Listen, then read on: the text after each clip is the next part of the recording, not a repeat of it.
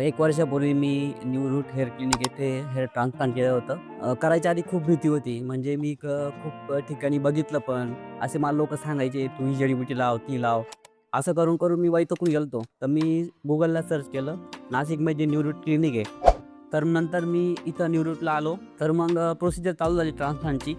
Near about 5,000 graph बसले. अशा पद्धतीनं माझं पूर्ण ट्रान्सप्लांट झालं. सेम त्या पद्धतीनं 1, 2 अडीच महिने झाले पूर्ण.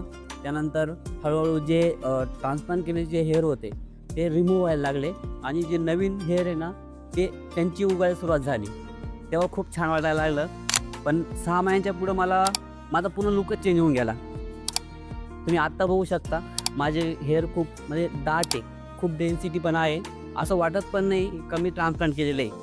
माझे जे 1 वर्षापूर्वी जे माझे रिलेटिव्ह होते, ज्यांनी मला बघितलं होतं आणि ते आज बघता, ते डायरेक्ट बोलता, "अरे, हे कसं काय झालं?"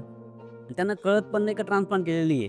मी स्वतः सांगतो, "हे बघा, तुम्ही जवळ येऊन बघा, ट्रान्सप्लांट केलेलं आहे." तेव्हा त्यांना कळतं.